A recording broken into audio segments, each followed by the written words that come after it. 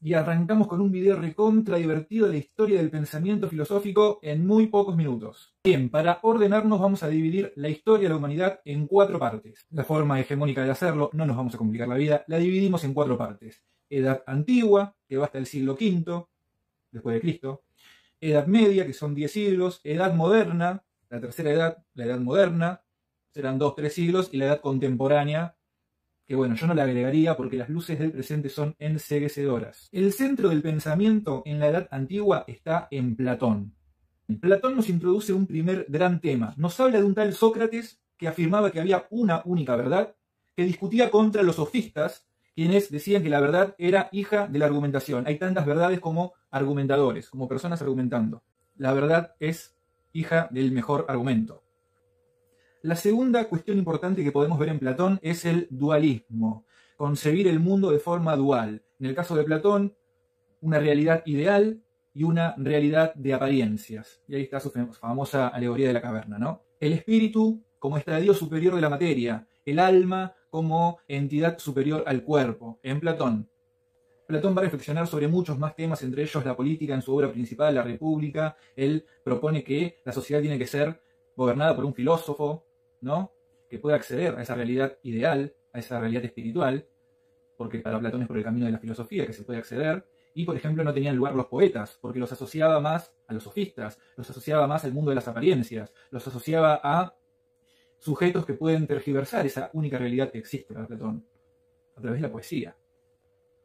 Bien, dijimos que Platón está en el centro de la Edad Antigua, por lo tanto hay precursores. Los primeros filósofos, según el relato hegemónico, se trata de un grupo llamados los presocráticos. Ahí tenemos también, ¿no?, una pauta, una pista de por qué Platón está en el centro, porque Sócrates es el personaje principal de Platón. A pesar de que fue una persona que existió en la vida real, es el personaje por el cual Platón nos transmite en sus primeros libros sus ideas. Bueno, en este grupo de presocráticos, la pregunta fundamental era el origen. La ciencia estaba muy ligada a la filosofía, y acá hay algo importantísimo. La Edad Antigua podemos identificar como la edad del pensamiento, en donde se pasa del mitos al logos. O sea, antes, en los inicios, en un pasado remoto, las cosas se explicaban mediante el mitos, lo religioso, lo sagrado, la fe, las creencias. A medida que la ciencia va ganando fuerza en la sociedad, en el ser humano, empieza a robustecerse el logos. Y aunque nunca se abandona el mitos, bueno, acá podemos ver cierto pasaje del mitos al logos en el enriquecimiento del pensamiento. Esto es propio de la Edad Antigua. Bueno, en este grupo de presocráticos estaba Pitágoras, estaba Tales, estaba fundamental, Heráclito y Parménides. Heráclito y Parménides, la discusión que introduce un segundo punto importante en el pensamiento, y es la discusión entre el cambio y la permanencia, y entre la unicidad y la multiplicidad. Para Parménides hay una sustancia que permanece y que es una sustancia, y para Heráclito lo que existe es la multiplicidad a la hora de pensar la realidad y el cambio permanente. Posterior a Platón, en esta primera etapa de la historia, en la Edad Antigua, en este mundo grecolatino van a haber 2 elementos muy importantes. Uno es Aristóteles, y los otros son algunas escuelas filosóficas como el escepticismo, el cinismo, el estoicismo, del cual Séneca es el primer filósofo, la escuela de Epicuro, donde lo importante es la búsqueda de la felicidad, entre otras. Y el otro elemento importante en la Edad Antigua es Aristóteles, alumno de Platón, que no comulgaba con su maestro en esto de que existen 2 realidades. Hay una realidad sola, y es esta realidad más analizada científicamente. Hay una figura que lo retrata perfecto. Platón apuntando hacia arriba, Aristóteles apuntando a este único mundo, ¿no?, con grandes aportes en la física, en la lógica, en la ética. Bien, la Edad Antigua, entonces, lo primordial, lo que podemos decir de la Edad Antigua, así como característica fundamental, es este pasaje del mitos al logos, ¿no? El pensamiento filosófico nace, dirían los que relatan la historia de la filosofía de manera hegemónica, o también podríamos decir que el logos se introduce en el mitos a la hora de constituir el pensamiento humano. En la Edad Media, el centro que rige el pensamiento de la Edad Media es Dios, el Dios católico, el Dios de la Biblia. Todo pensamiento está regido por su coyuntura histórica. El mundo ateniense, en la Edad Antigua, donde nace la primera democracia, dio a luz a Platón, los sofistas, Sócrates, etc. Bueno, Dios es el basamento fundamental de las relaciones sociales durante la Edad Media, ¿no?, del siglo V al XV, ponele, 10 siglos. Entonces, el pensamiento filosófico estuvo muy ligado a la teología. Primero con San Agustín, que hace toda una teología y una cosmovisión al fin del mundo mediante Platón. Y ya terminando la Edad Media, Santo Tomás de Aquino, que realiza su teología y también, sobre todo en esa época, su cosmovisión del universo, de la realidad, a través de Aristóteles, ¿no? Retoma a Aristóteles. San Agustín retoma a Platón. Y es interesante porque lo que viene después es la Edad Moderna, donde lo principal va a ser la razón. Y Aristóteles, dijimos que tiene una perspectiva mucho más cientificista que Platón, para decirlo rápido. Y Tomás de Aquino, ya llegando a la Edad Moderna, mucho más cerca que San Agustín en el tiempo, en la Edad Moderna, recupera a Aristóteles.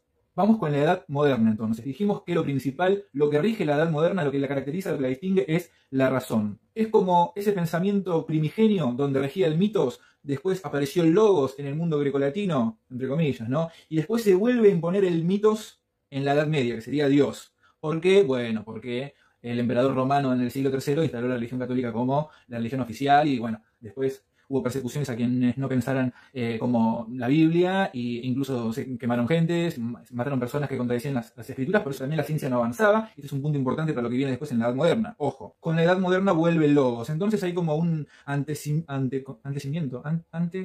se dice?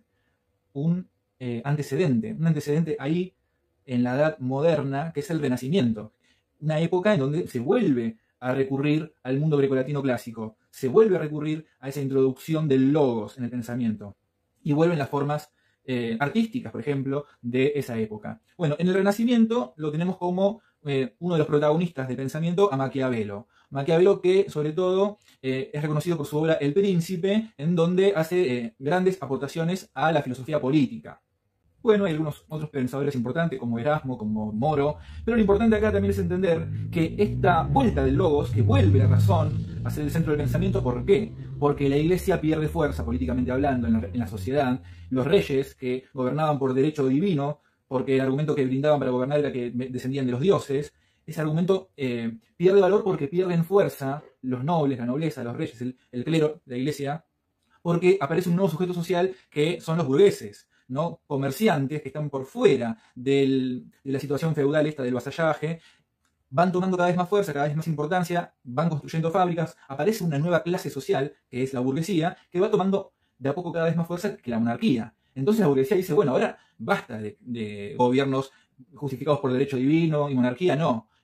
Busquemos una nueva forma de organizar la sociedad y que sea a través de la razón. Y entonces aparecen filósofos que responden a ese contexto. El primero, el más importante, el que inaugura el pensamiento moderno es Descartes. ¿Por qué? Porque Descartes va a dar una explicación de la realidad sin acudir a Dios. Entonces ahí hay un quiebre con la Edad Media, ¿no? Descartes, el filósofo que dijo, pienso entonces existo, bueno, estaba dando una explicación de la existencia sin recurrir a Dios, aunque bueno, después recurrir a Dios, pero era una época difícil para dejarlo fuera de Dios también, te prendían fuego, qué sé yo. En Descartes también va a aparecer nuevamente el dualismo. Descartes va a hablar de la res extensa, o sea, la materialidad, y la res cogitans, la mente, como las dos sustancias que dan forma a la realidad. Bueno, del lado de Descartes podemos ubicar como sus sucesores a Leibniz y a Spinoza, que te vuela la cabeza, que su principal libro es La Ética, que es impresionante, donde dice que Dios es igual a naturaleza o universo, entonces Dios es una visión panteísta, Dios es el universo y se expresa mediante la materialidad y mediante el pensamiento al mismo tiempo, el simultáneo, y hay toda una cosmovisión impresionante de cómo es el universo según Spinoza a partir de una única sustancia infinita que es Dios. Bueno, y por el otro lado hay contemporáneos en los inicios de la Edad Moderna, hay filósofos que son más cientificistas, podemos decir, que son los empiristas, el principal David Hume, son sobre todo ingleses, John Locke. Bueno, y acá también, paréntesis, Locke, Hobbes, con su obra hermosa El Leviatán, impresionante, también te vuelve la cabeza con una ética de Spinoza. Locke, Hobbes, Rousseau son los filósofos contractualistas, ¿no? Lo que están pensando este Estado que necesita la burguesía, ¿no? Entonces, bueno, con lo conocido de Hobbes es que el hombre es malo por naturaleza, entonces necesita un Estado que regule a los hombres. Locke va a aportar cuestiones de los derechos naturales que tienen los seres humanos. Rousseau va a decir lo contrario, a Hobbes va a decir que el hombre es bueno por naturaleza, que es la cultura la que lo corrompe, idea que seguramente va a tomar Freud, después ya vamos a llegar a Freud, pero también para pensar el Estado. Llegamos entonces al núcleo de la modernidad, que es Kant, Immanuel Kant, donde confluyen los empiristas y los idealistas, que es esta rama que herederos de Descartes como Spinoza o Leibniz, que nombramos recién. Kant, bueno, es impresionante también. A sus 60 años aproximadamente escribió la Crítica de la Razón Pura, donde va a decir que sí, que la realidad podemos dividirla en dos: una realidad inaccesible, una realidad pura, independiente del ser humano, al que el sujeto cognoscente no puede llegar a conocer. Solamente conoce la realidad fenoménica, que es esta realidad material, tangible, en donde el ser humano ordena la realidad. No es que el ser humano descubre la realidad, el ser humano impone las categorías a la realidad. Bueno, este pensamiento kantiano es fundamental. Kant, podríamos decir que ahí está el núcleo de la modernidad, que está en Kant. Pero quizás el principal filósofo de la modernidad sea un hijo de Kant, vamos a decirlo así de esa manera, que es Hegel. Hegel explica que la realidad, dialécticamente, paso a paso, de afirmación o negación, como si esto de el logos, mitos, fuera real, bueno, de forma dialéctica y teleológica, o sea que la realidad tiende hacia un fin, que es fusionarse con la racionalidad. Eso es Hegel, el famoso filósofo de la dialéctica del amo y el esclavo. Bueno, de ahí, de forma muy poética, explica un poco este pensamiento Hegel. Una cosmovisión del mundo racionalista. La realidad va tomando dialécticamente de a poco la forma de la racionalidad, hasta que realidad y racionalidad se unen, se fusionan en la totalidad del espíritu absoluto, ¿no? Bueno, Hegel se puso ahí. Acá estoy yo, soy el espíritu absoluto el que se dio cuenta de que la historia avanza así, la realidad se va fusionando con la racionalidad hasta llegar a un punto de autoconciencia. Bueno, eso es un poco Hegel. Y casi en lo último de la modernidad tenemos a uno de los hijos de Hegel, el principal hijo de Hegel de la modernidad, que es Marx. Marx va a llevar toda esta filosofía hegeliana a la economía, a la sociedad, a la política. Entonces Marx va a decir que la historia tiende hacia un fin, es teleológica, es dialéctica, hay un opresor que al oprimir crea un nuevo sujeto social que después niega al opresor, impone sus formas de gobernar y así crea un nuevo sujeto oprimido que después también mata a su opresor y pone o sea, es dialéctica, va de negación en afirmación, de afirmación en negación, hacia un fin absoluto que para Marx es la sociedad sin clases. Para Marx la historia marcha hacia lo que él, bueno, decía que se llamaba comunismo, una sociedad donde no hay necesidad de Estado porque está todo perfecto en términos sociales, está todo bien, no hay clases sociales, no hay más ricos que pobres, todos contribuyen, cooperan para que esté todo bien, y ese es el resultado final de la realidad en Marx, ¿no? Pero bueno, quiero mencionar también en la modernidad a un germen de lo que ya va a ser el pensamiento contemporáneo, que es Schopenhauer, que es un crack, lo amo, entonces le mando saludos a Schopenhauer. Siglo XIX contemporáneo a Hegel. Cuando Hegel proponía toda una cosmovisión racional, Schopenhauer agarraba a Kant, agarraba elementos de la filosofía oriental. El primer filósofo grosso que agarró elementos de la filosofía oriental como el budismo es Schopenhauer, por eso va a incorporar en su filosofía un concepto clave que es el deseo, y Schopenhauer proyecta toda una cosmovisión irracional. La realidad pura, esa que Kant decía que era inaccesible, bueno, influido por el budismo y por un montón, como Spinoza también, bueno, esa realidad que Kant dice que es inaccesible, Schopenhauer dice no, esa realidad es una realidad que sí se puede conocer y que se llama voluntad y que básicamente es un caos irracional donde lo único que prima es la necesidad, el deseo de persistir en la existencia y de aumentar el volumen de existencia, y después está la realidad sí fenoménica que Schopenhauer le llama representación. Su obra principal es el mundo como voluntad y representación, estas dos realidades que coexisten, ¿no? En el ser, si se puede decir en el ser. Bueno, nada, eso un poco eso es Schopenhauer, quería mencionarlo. Pasamos entonces a el pensamiento contemporáneo. Bueno, el que inaugura el pensamiento contemporáneo, influido directísimamente por Schopenhauer, es Friedrich Nietzsche, ¿no? Y vuelve a imponer, bueno, Nietzsche es anti-Platón, entonces va a proponer una cosmovisión de la realidad totalmente antiplatonista, va a decir que no hay hechos, hay interpretaciones, entonces estamos no ante una única realidad, sino más bien para Nietzsche la realidad era una ficción que se construye el ser humano y que se hereda de forma patética de generación en generación, y por eso propone el superhombre, una fase superior a la del ser humano, que es el superhombre o el suprahombre, que pueda escapar de la moral. Es el filósofo de la moral, Nietzsche, que pueda escapar de la moralina que se ha impuesto de generación en generación mediante el cristianismo, la religión que se le impuso a la sociedad, y para Nietzsche el cristianismo es Platón para el pueblo. Entonces, bueno, Nietzsche va a criticar la moral y va a proponer una realidad frágil, ¿no? Una ficción que se hereda de generación en generación. Entonces de Nietzsche va a surgir el pensamiento contemporáneo. En el pensamiento contemporáneo la realidad es absoluta fragilidad, la realidad es multiplicidad de relatos. Aparece el término discurso es fundamental en el pensamiento contemporáneo. En el pensamiento contemporáneo la realidad es texto, la realidad no es más que lo que se dice acerca de la realidad. Entonces tenemos como los sofistas, ¿no? Tenemos a Derrida, que va a decir que la realidad es texto, textuales palabras, texto textual. Entonces, como es texto, se puede deconstruir, se puede transformar, se puede, bueno, deconstruir. Vamos a tener a Foucault y un libro fundamental, Las palabras y las cosas, ¿no? En donde Foucault explica cómo la realidad es de una manera u otra según cómo se le impongan reglas a esa realidad desde la sociedad. Desde la sociedad, incluso en la moral. Entonces, por ejemplo, Foucault va a decir que en la Edad Media se perseguía a los herejes y en la Edad Moderna, si la razón es lo que está mandando y no Dios, a lo que se persigue es a los locos y aparecen los manicomios. Bueno, eso es un poco la concepción de Foucault de la realidad. Un filósofo importantísimo del pensamiento contemporáneo, deudor de Nietzsche, directo, ahí nomás, en el mismo país y todo, es Heidegger, ¿no? Heidegger, con su obra fundamental, Ser y Tiempo, creo que en 1927, va a tachar la palabra ser, porque dice, volvamos a concentrarnos en el ser, pero como en el pensamiento contemporáneo la realidad básicamente es texto. Wittgenstein, otro filósofo importante del pensamiento contemporáneo, dice, los límites de mi mundo son los límites de mi lenguaje, los límites de mi palabra, ¿no? Hasta donde yo puedo llegar con las palabras, hasta ahí llega el mundo. Bueno, Heidegger va a tachar la palabra ser, porque dice, pensemos sobre el ser, pero bueno, no podemos pensar con palabras con el ser. Y el segundo Heidegger, el último de los Heidegger, va a proponer a la poesía como la forma para acceder al ser por excelencia y para encarnar una realidad auténtica. Lo que decía Nietzsche es que, bueno, sí, Dios ha muerto, decía Nietzsche, por la Edad Media, ¿no? Que estaba Dios como principal rector de la sociedad, pero la razón todavía no ha sabido sustituir bien su lugar, por eso necesitamos un superhombre. Bueno, Heidegger, deudor de Nietzsche, decía que en la contemporaneidad estamos habitando una realidad que no es auténtica y entonces hay que volver a reencontrarse con el ser. ¿Qué más podemos decir del pensamiento contemporáneo? Bueno, aparecen los existencialistas que tenían ahí una precuela en Kierkegaard en el siglo XIX, pero importantes existencialistas pueden ser, bueno, Heidegger, Sartre, Camus, Albert Camus. ¿Qué más tenemos en el pensamiento contemporáneo? Bueno, tenemos a Freud, también influido por Schopenhauer. Freud, a que agarra el deseo ahí de Schopenhauer y hace el psicoanálisis, y el inconsciente revoluciona el pensamiento, revoluciona todo el pensamiento, todas las áreas sociales, las revoluciona Freud. Y es muy difícil leer el mundo sin Freud. Y Freud va a dar a luz a algunos filósofos como Lacan en el siglo, a mitades del siglo XX. Lacan también va a estar influido por... Lacan va a estar influido también por Saussure, Lévi-Strauss, lo que se llama el estructuralismo, ¿no? Pero siempre la palabra, el texto, en relación con la realidad en el pensamiento contemporáneo. Lacan después también va a... Bueno, Derrida también va a estar influido por Freud, sobre todo Deleuze y Guattari.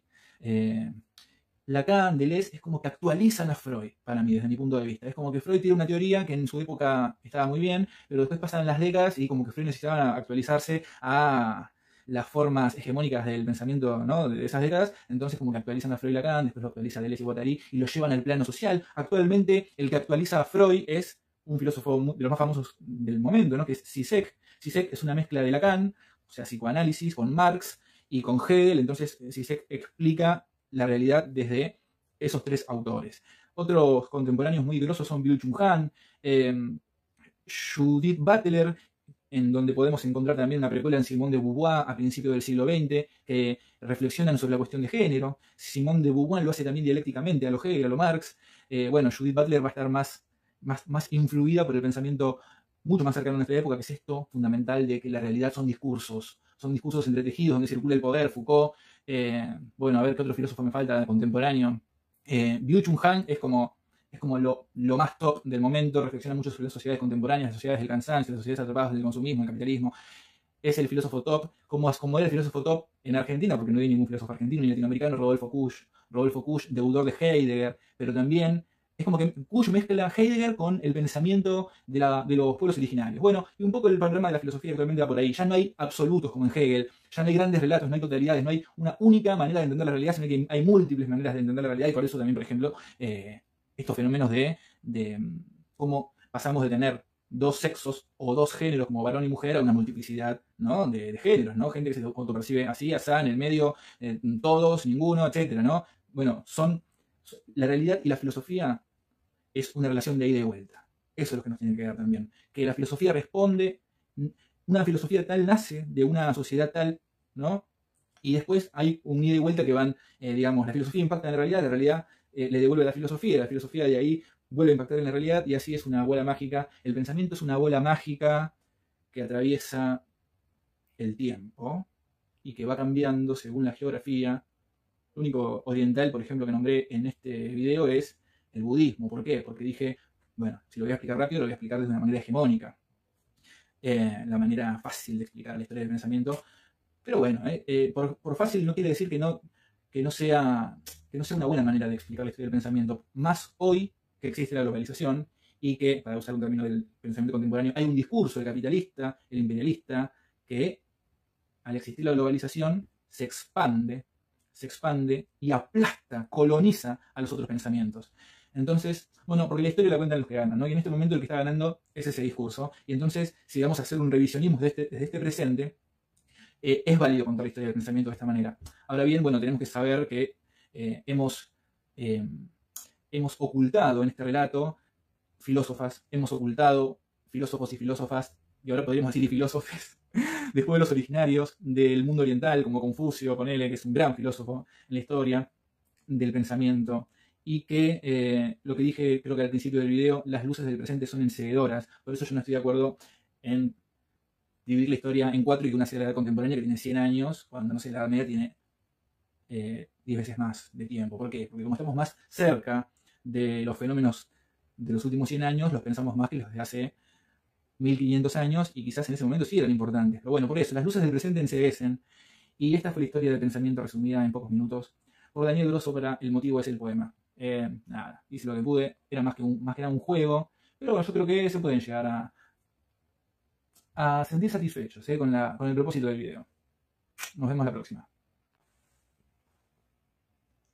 Bueno, qué manera de resumir, amigo. 2500 años y un poco más en 15 minutos. No vale nada, ¿eh?